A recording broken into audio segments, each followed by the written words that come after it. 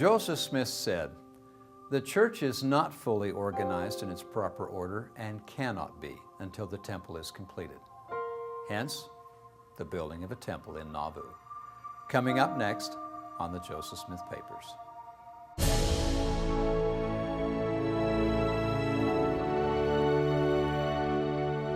KJAZ Television, in cooperation with the Church History Department of the Church of Jesus Christ of Latter-day Saints, presents this weekly series highlighting the research of scholars and historians as they prepare for the publication of the Joseph Smith Papers. And now your host, Glenn Rawson. In the October 1840 conference of the Church of Jesus Christ of Latter-day Saints, Joseph Smith directed the church to build a house of the Lord. Later, a revelation was received in January of 1841 that ratified that decision and clarified the purpose of the temple.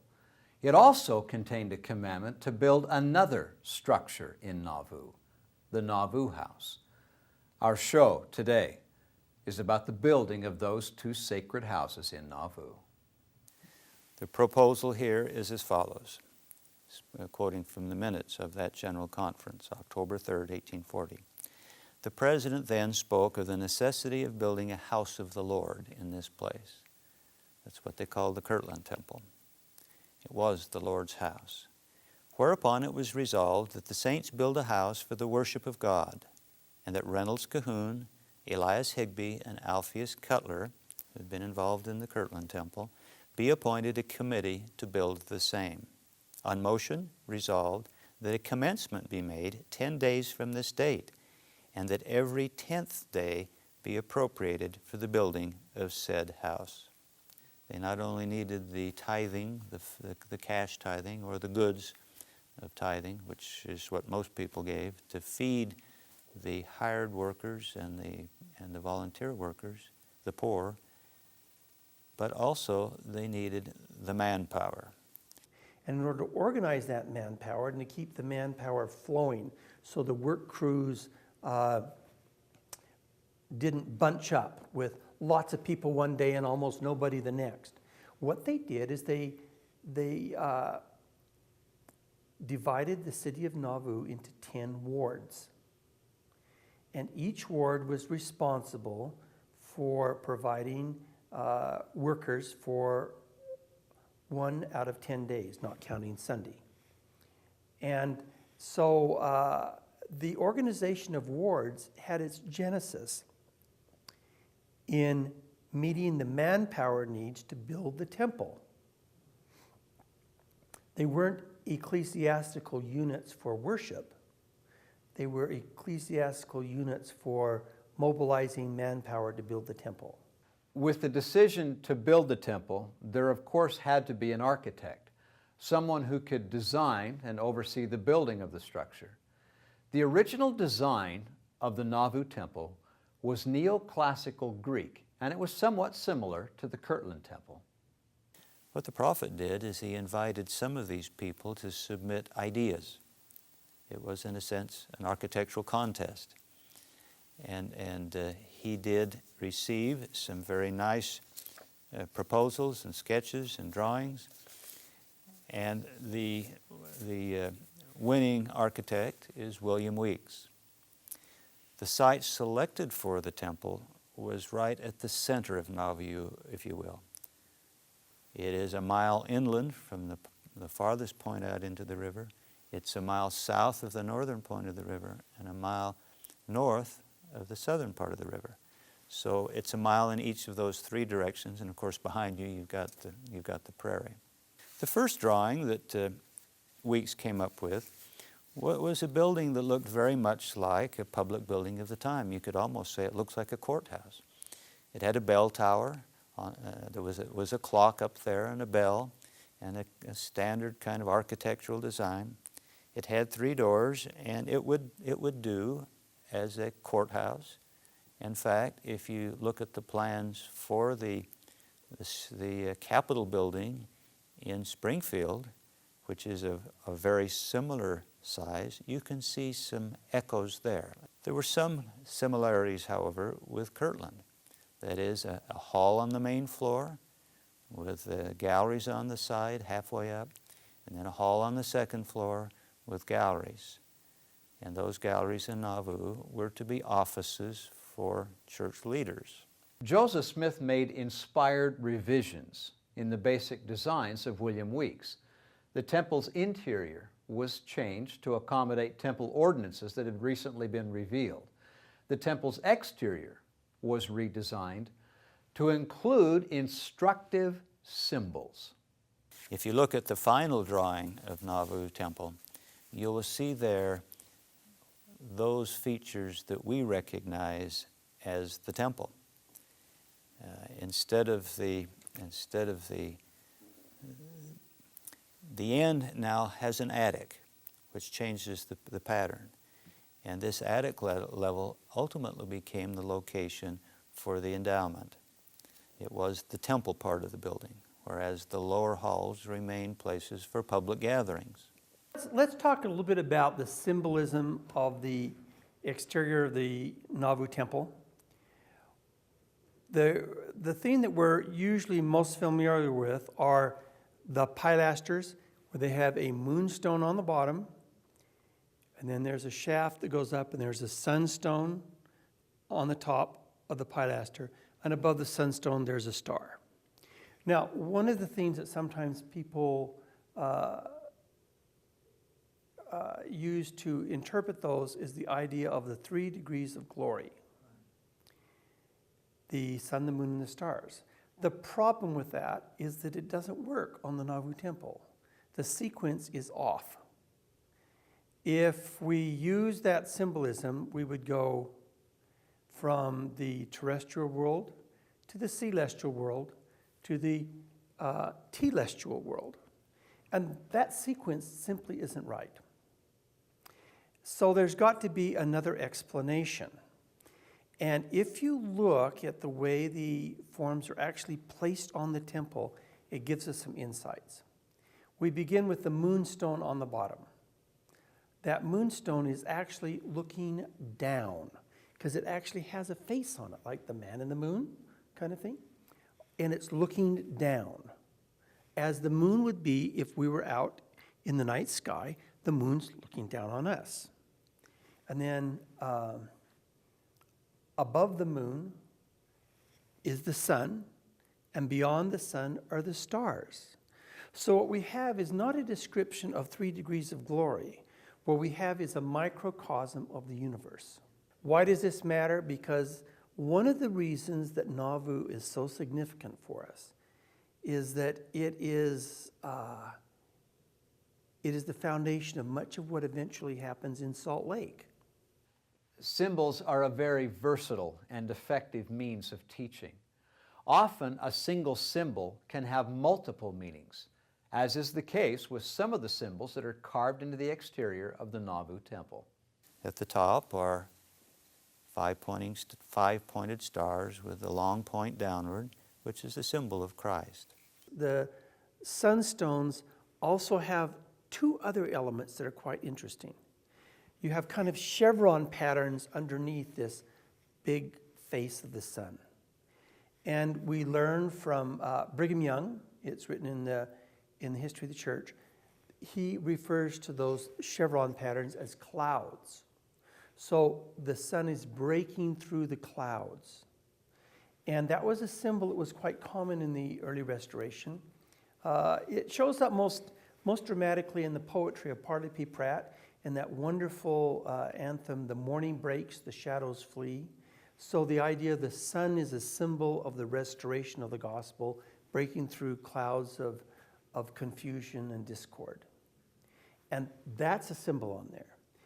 In addition to that, there are 2 hands coming down like this, holding trumpets. And once again, that's a symbol of announcing the restoration, the trumpets proclaiming the restoration of the gospel.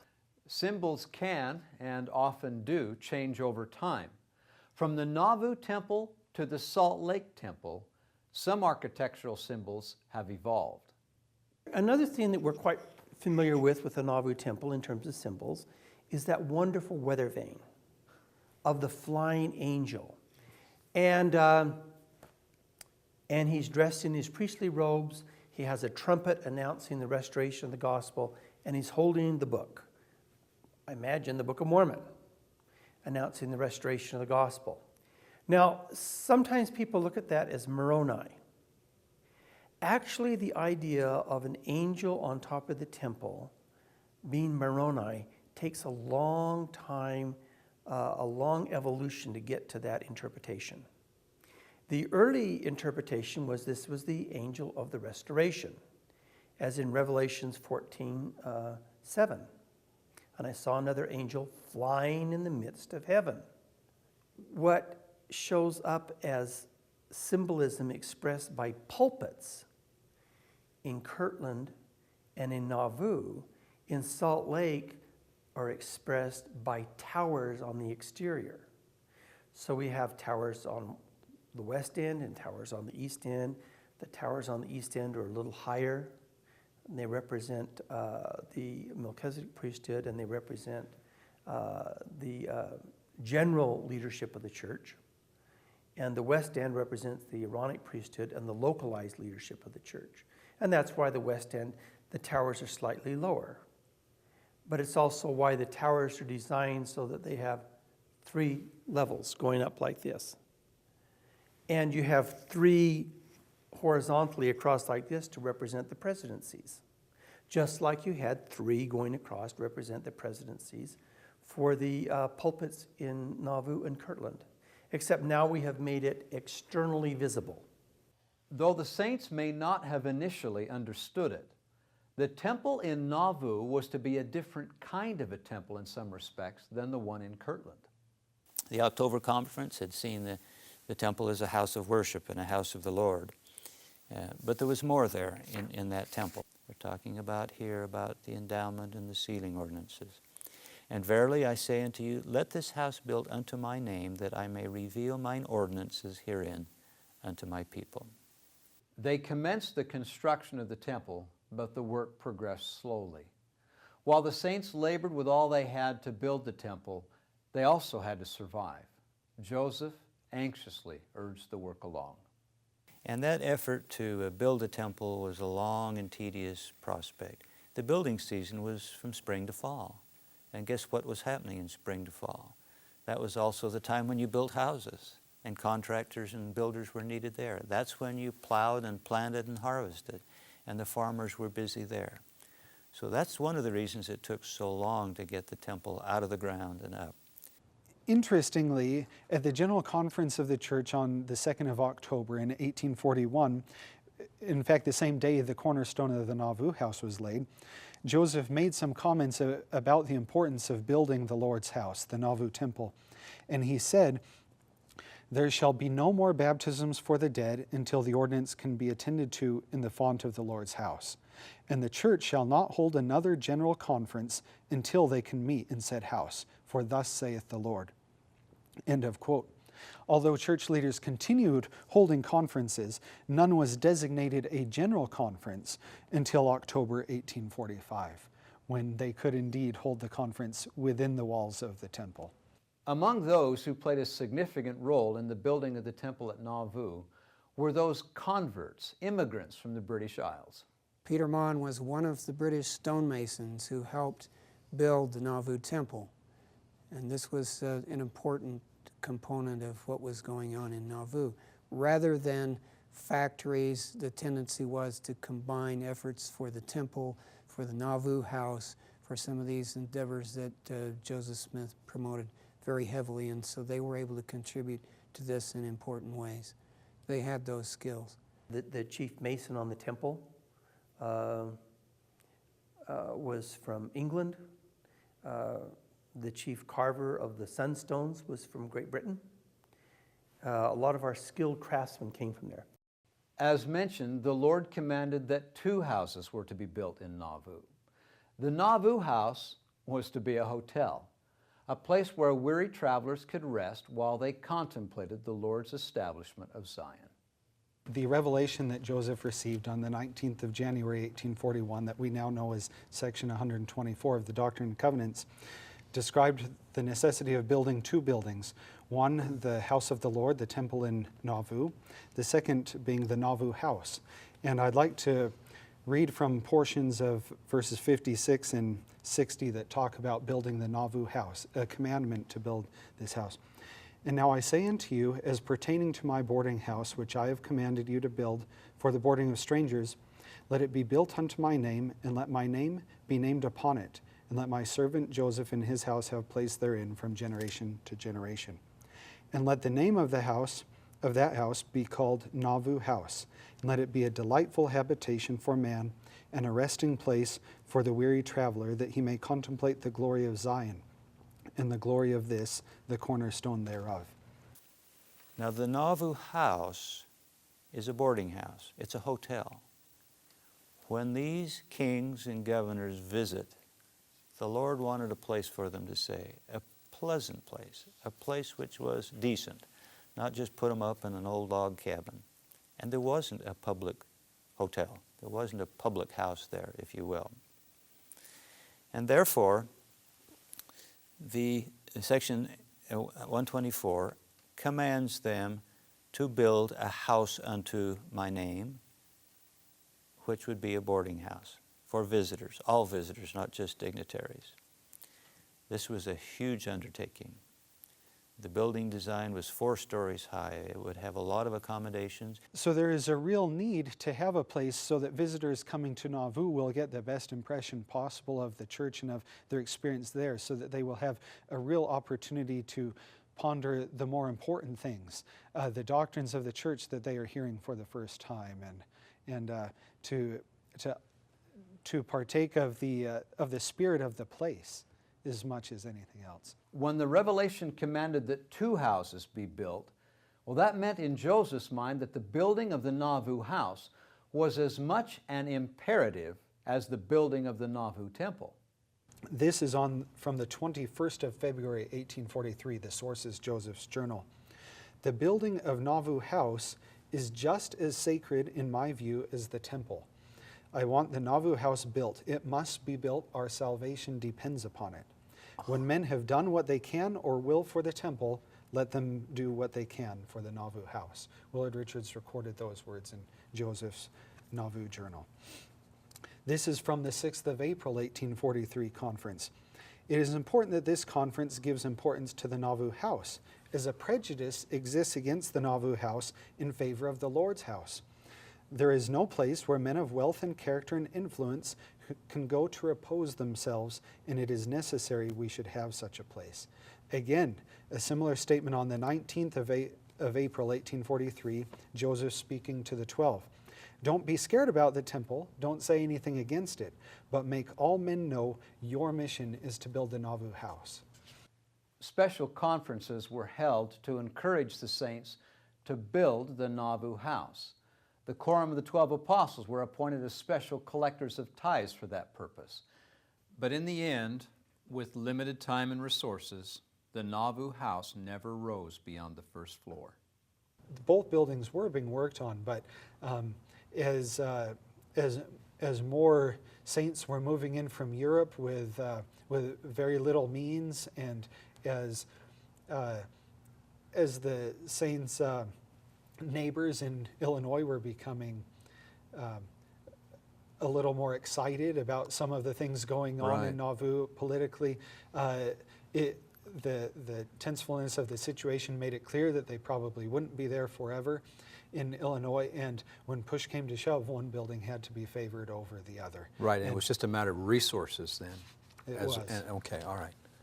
After the saints left, it was converted into a boarding house. Emma Smith's second husband, Bideman, purchased it privately and took the bricks down and created a smaller footprint for it, 1 story, and that part of the building still remains to this day. When it became obvious that both houses could not be built, the Nauvoo house and the temple, emphasis shifted to the temple and to the completion of another smaller house that would serve the purpose of a hotel or a tavern, as it was called at that time. That structure was called the Mansion House, and it became the final home of Joseph and Emma Smith. An entry from the 31st of August, 1843 in Joseph's journal makes this clear. About these days was moving into the new house. That's the house that would become to be known as Joseph's mansion house, on the diagonal corner, meaning opposite his current home. Also, another entry from the 3rd of October, 1843. Approximately 100 couples dined, quote, at the Nauvoo mansion as an opening to the new house. The Nauvoo house that was directed to be built in section 124 was, when there wasn't enough resources to continue laboring on that building, Joseph's own home, obviously not large enough to support a number of visitors.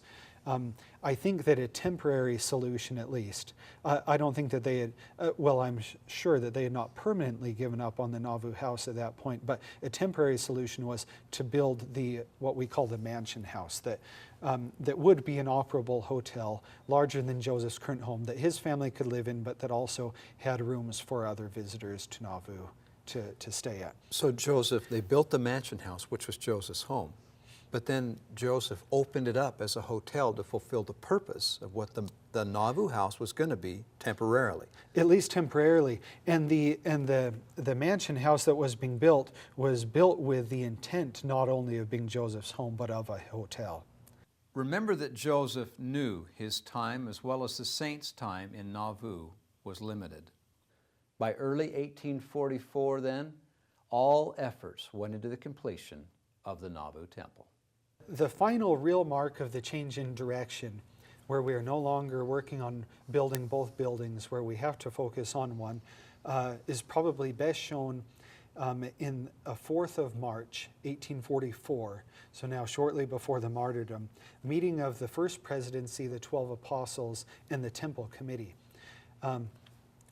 I quote from Willard Richards' account of that meeting as copied into Joseph's Nauvoo journal. President Joseph said he did not know, but it was best to let the Nauvoo house be till the temple is completed. We need the temple more than anything else. We will let the Nauvoo house stand till the temple is done, and we will put all our force on the temple, turn all lumber towards the temple, stock the lumber we want for the temple, cover it this fall. We've talked about the Nauvoo temple, the Nauvoo house, and the mansion house. But there was one other structure that's seldom discussed. It was designed, but never built, at least not in Nauvoo. The plan in Nauvoo was to build a tabernacle directly west of the temple, practically touching the front of it. It was to be a grand oval building. There was actually a canvas structure, a giant tent. And they raised hundreds and hundreds of dollars to buy canvas for this. They sent Orson Hyde back to buy the canvas. He brought the canvas back to Nauvoo. And it was designed so it would hold between 8,000 and 10,000 people. And the size of the proposed canvas tabernacle that was to be pitched, should we say, in Nauvoo in front of the temple is almost exactly the size of the Salt Lake Tabernacle. The proportions, even the shape. The Nauvoo temple was only up to the first floor when Joseph was killed in June of 1844. After his death, the work continued to go forward, and ordnance work was performed in the temple even before it was completed. Then, in February of 1846, the leadership of the church walked away from the temple and set out for the west. Many valuable lessons went with them from the Nauvoo temple. There are some things that we learned about how to build a temple when we built Kirtland and Nauvoo from a structural standpoint. The Kirtland temple did not have foundations that were thick enough and deep enough, and they started to fail, even in the early days. And the Nauvoo temple, they built the floors in there before they had the seating in place, and they got rain and snow on it, and eventually rotted some of the timbers, and some of them kind of cracked. and they had to replace things. Everything was built very, very strong in the temple. I mean, we hear about the Salt Lake Temple and its walls that are, 16 foot at the foundation, and they taper to, 8 feet at the top. So they were very conscious about building something permanent, that the temple had to be permanent. And we learned. And you could say it was overbuilt, but it still looks great. And it's still strong. And so we learned line upon line, precept upon precept. And we incorporated those into the physical design of our buildings. And that's why we're meticulous in the building of temples about trying to build them with the best materials and excellent craftsmanship. Temples were built for a singular purpose with an inspired design, and they were intended to influence eternal matters. Well, that's the knowledge of antiquity stuff. Design with a style that doesn't go out of date so quick, that isn't a fad. And then the second issue is build for the eternities. And when a temple is about the eternities, the ordinances we do there have efficacy, forever. And the building should visually say what the ordinances are doing. It should look forever and permanent. And we learn from Kirtland and Nauvoo how to build better buildings, better temples. At least structurally, they weren't going to start collapsing in their own lifetime. You see, a temple has to remain permanent, elegant, and dignified. And using historical styles preserve us and save us from fads that have a short lifespan. And a temple has to keep being elegant, dignified, and beautiful. We've learned in this series that the restoration of the gospel didn't come all at once, that doctrines, ordinances, and even scripture came a little at a time, line upon line, precept upon precept. It was as late as Nauvoo that another book of scripture was published to the saints. Next week on the Joseph Smith Papers, the Book of Abraham. I'm Glenn Rawson. Thanks for joining us.